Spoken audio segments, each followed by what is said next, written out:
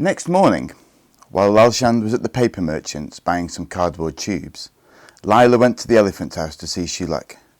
When she heard what Lalchand had told him, she was furious. Mount Merapi, Rezvani, the Royal Sulphur, and he wasn't going to tell me. Oh, I'll never forgive him. That's a bit drastic, said Chulak, who was busy making the elephant ready for his new job. He's only thinking of you. It's dangerous after all. You wouldn't catch me going up there. Huh, she said. It's all right to let me make golden sneezes and Java lights, I suppose, little baby things, but not to let me become a real firework maker. He wants me to stay a child forever. Well, I'm not going to, Chulak. I've had enough. I'm going to Mount Merapi, and I'm going to bring back the Royal Sulphur, and I'll set up as a firework maker on my own and put my father out of business. You see if I don't. No, wait, you ought to talk to him. But Lila wouldn't listen. She ran straight home, packed a little food to eat and a blanket and a few bronze coins, and left a note on the workshop bench. Dear Father, I have completed my apprenticeship. Thank you for all you have taught me. I'm going to seek the Royal Sulphur from Rezvani, the fire fiend, and I shall probably never see you again. Your ex-daughter, Lila. Then she thought she should take something to show Rezvani her skill, and packed a few self-igniting crackle dragons. One of the last things she had invented was a new way of setting them off. You just had to pull a string instead of setting light to them, because the string was soaked with a solution of fire crystals. She put 3 of them in her bag, took one last look around the workshop, and slipped away. When Lalchand came back and found her note, he read it with horror. Oh, Lila, Lila, you don't know what you're doing, he cried, and ran out into the alley.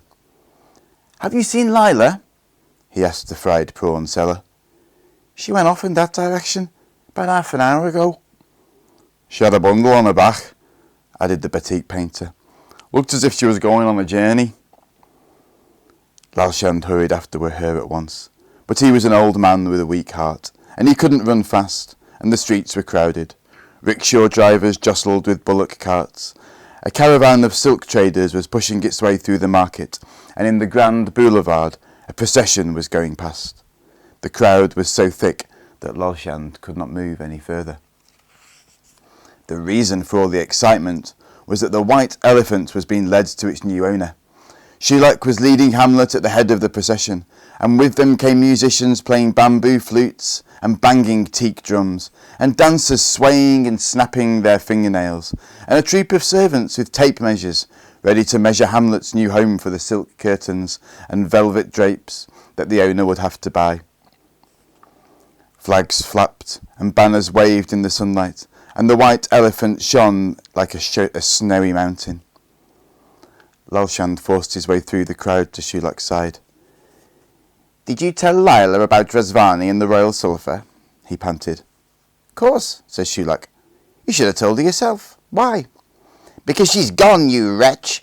She's gone off by herself to Mount Merapi, and she doesn't know the rest of the secret. Is there more, then? Of course there is, said Lalchand, struggling to keep up. No one can go into the Fire Fiend's grotto without protection. She needs a flask of magic water from the goddess of the Emerald Lake. Otherwise she'll perish in the flames. Oh, Chulak, what have you done? Chulak gulped. They were nearly at the house of the white elephant's new owner, and they had to slow down to allow all the dancers and musicians and flag bearers to get through the gate first, and form 2 lines for the white elephant to walk between. Then Hamlet whispered, just loud enough for Chulak to hear, I'll find her. Help me get to her tonight, Chulak, and we'll go and take Lila the magic water. Good idea, whispered Chulak, beaming. Just what I was going to suggest. He turned to Lalchand and said, Listen, I've got a proposition. Me and Hamlet'll find her. We'll get out tonight. Emerald Lake, goddess, magic powder, Mount Merapi. Nothing to it. Then Chulak turned to the servants. Mind out of the way, he called. We've got to get him round the corner. Dear, dear, what a narrow gate. That'll have to come down. And what's this? Gravel? You want the white elephant to walk on gravel? Fetch a carpet at once. A red one. Go on, hurry. He clapped his hands, and the servants bowed and scampered away. In the background, the new owner was tearing his hair. Chulak whispered to Lalchand once more. "Don't worry, we'll get away tonight. All we need is a tarpaulin." "A tarpaulin? Whatever for?" "No time to explain now. Just bring one to the gate tonight." And Lalchand had to make do with that. He went back to the workshop, feeling heavy-hearted. All this while, Lila had been making her way through the jungle towards the sacred mountain. Mount Merapi lay far to the north, and she had never seen it until, late that afternoon, she came to a bend in the jungle path and found herself beside the river.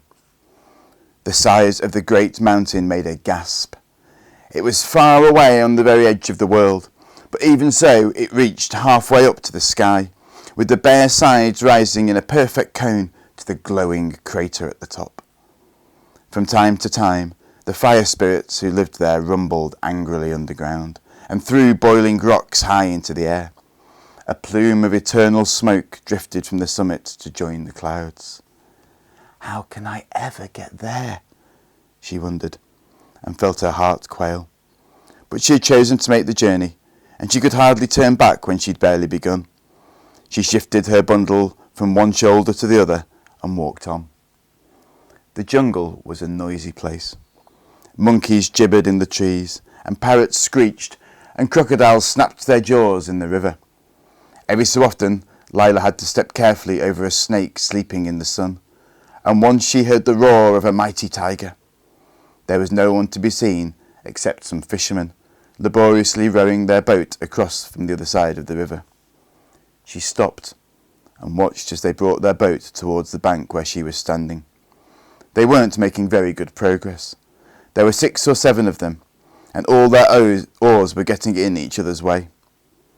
As she watched, one of the fishermen missed the water completely with his oar, which swung round and clumped another fisherman on the head. That fisherman turned around and punched the first one, who fell off his seat with a squeal and dropped the oar in the water. One of the others tried to grab it, but instead he fell out of the boat, which rocked so violently that the others all cried out in alarm and grabbed the sides.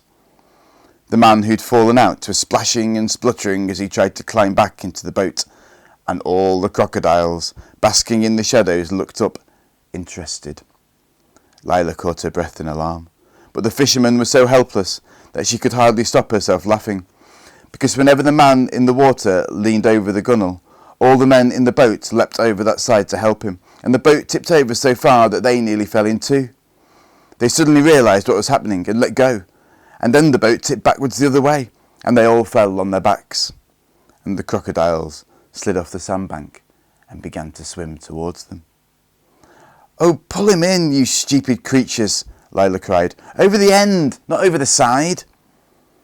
One of the fishermen heard her and hauled the man over the stern to lie in the bottom, flopping and gasping like a fish.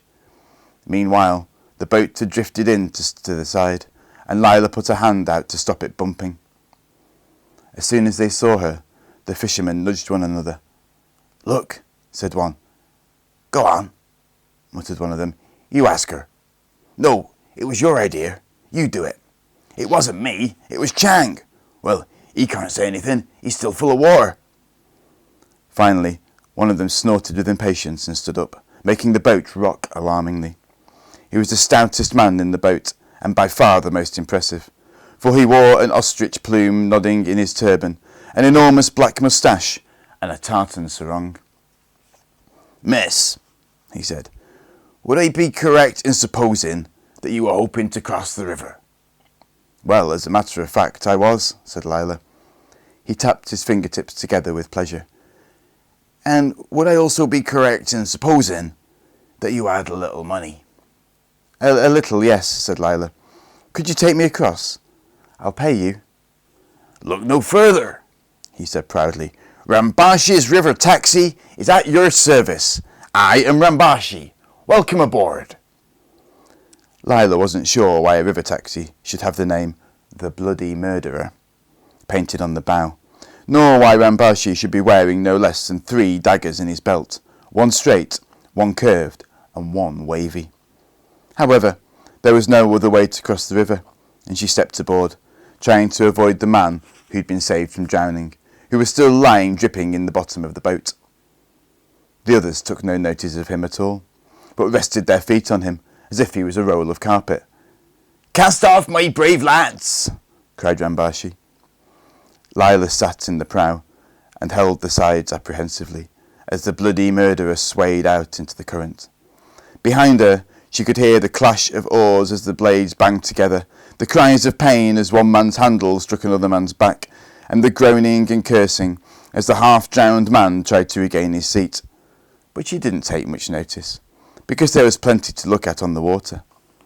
There were dragonflies and hummingbirds, and a family of ducks out for an afternoon cruise, and crocodiles practising looking like logs, and all sorts of things.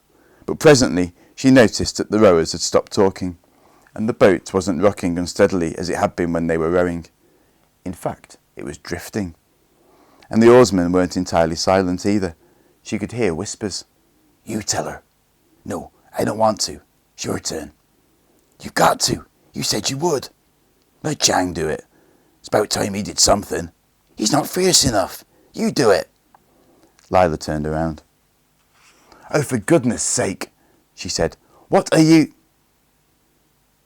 But she didn't finish the sentence, because of the sight that met her eyes. All the rowers had put down their oars, which were sticking out in all directions, and each rower had tied a handkerchief over his nose and mouth, and they were all holding daggers. Rambashi was holding two. They all jumped slightly when she turned round.